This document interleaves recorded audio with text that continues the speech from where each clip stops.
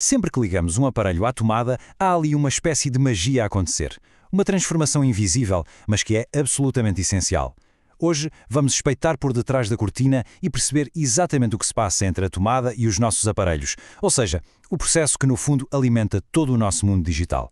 Ora bem, vamos começar pela energia que temos nas tomadas. É incrível, não é? Viaja quilómetros e quilómetros por todo o país só para chegar até nós. Mas essa energia, tal como chega, esconde um segredo. Um grande segredo.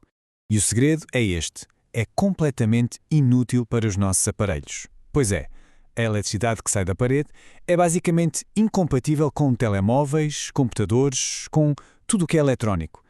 É como se falassem duas línguas elétricas completamente diferentes, que não se entendem.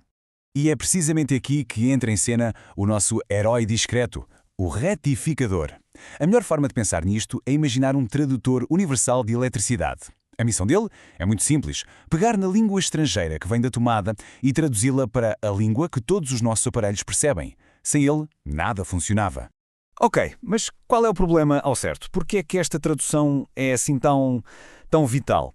Para percebermos isto, temos de mergulhar no grande dilema da eletricidade. A diferença entre a corrente alternada, ou CA, e a corrente contínua, a CC. Vamos lá ver isto. De um lado, temos a corrente alternada, a CA. É a que sai da tomada. Imaginem uma maré que muda de direção constantemente, umas 50 vezes por segundo. Agora, do outro lado, temos a corrente contínua, a CC. Pensem nela como um rio calmo, que flui sempre na mesma direção, sem sobressaltos. É a energia que encontramos nas pilhas, por exemplo. E os nossos circuitos eletrónicos? Bem, eles são um bocadinho sensíveis. Precisam da calma e da previsibilidade deste rio, da CC, para funcionarem bem. Pronto, está estabelecido o problema. E a solução? Como é que se faz esta conversão? Bem, a primeira tentativa, a mais básica de todas, é o chamado retificador de meia onda. A ideia aqui é super direta. Pega-se num componente eletrónico chamado diodo. E o que é que ele faz? Funciona literalmente como uma daquelas portas que só abrem para um lado. Sabem? Uma rua de sentido único para a eletricidade. Quando a corrente está a ir na direção certa, a parte positiva, o diodo diz: podes passar. Mas assim que a corrente tenta voltar para trás, na parte negativa, pumba, a parte afasta-se. O diodo bloqueia tudo. Parece simples, não é? Pois, mas tem um defeito. Um defeito enorme. E que defeitos? É um desperdício tremendo. Pensem nisto. Ao bloquear completamente metade da onda, o que estamos a fazer é, na prática, a deitar metade da energia da tomada para o lixo. Metade. É uma solução incrivelmente, mas mesmo incrivelmente ineficiente. Claro, o resultado disto tudo é uma energia de saída muito fraquinha. A tensão média que se consegue obter é tão baixa que, na prática, esta abordagem não serve para quase nada. É inviável. Felizmente, a história não acaba aqui. A engenharia encontrou uma forma muito mais inteligente de resolver o problema.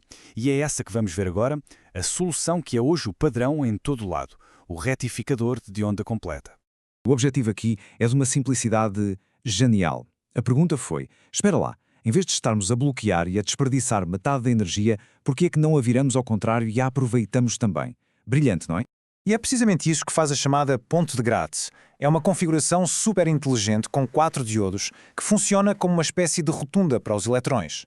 Ela consegue redirecionar o trânsito elétrico.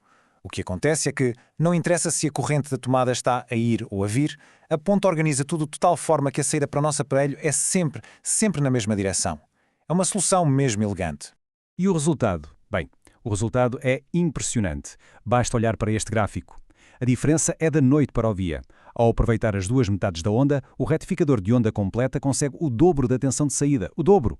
Todo aquele desperdício desapareceu. Ok, parece que está tudo resolvido, certo? Já não há desperdício, a corrente vai na direção certa. Problema resolvido? Pois, ainda não. Falta um detalhe. O último inimigo a abater. O problema é que, apesar da corrente agora ir sempre em frente, não é uma linha reta e suave como a de uma pilha, longe disso. É mais como uma sucessão de pequenas montanhas, sempre a subir e a descer.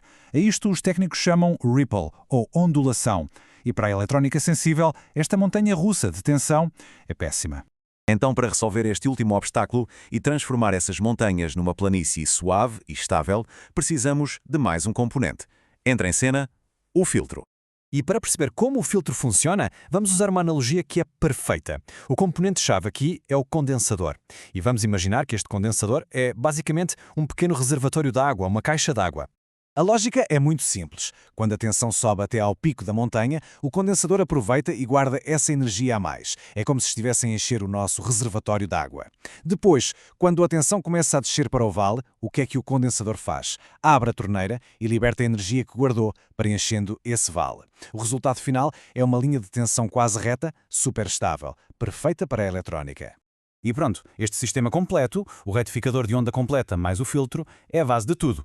E quando digo tudo, é mesmo quase tudo, está por todo o lado. Vamos ver alguns exemplos do nosso dia-a-dia. Este pequeno milagre da engenharia está a acontecer neste preciso momento dentro da fonte de alimentação do computador, dentro do carregador do telemóvel, até em grandes equipamentos industriais. Basicamente, peguem em qualquer coisa que se liga à tomada e é quase garantido que este processo está lá a acontecer. Mas apesar de ser um sistema tão genial e eficiente, tem uma limitação, um grande defeito, se quisermos. É que a tensão que sai deste circuito é fixa. Depende da tensão da tomada e, pronto, não dá para ajustar. É o que é. E isto deixa-nos com uma pergunta no ar, não é? E se quiséssemos controlar essa tensão? Se quiséssemos poder ajustá-la? Por exemplo, para controlar a velocidade de um motor ou para carregar uma bateria mais depressa ou mais devagar. Bem, para isso já íamos precisar de outro tipo de tecnologia, um retificador controlado. Mas essa história, essa fica para uma próxima vez.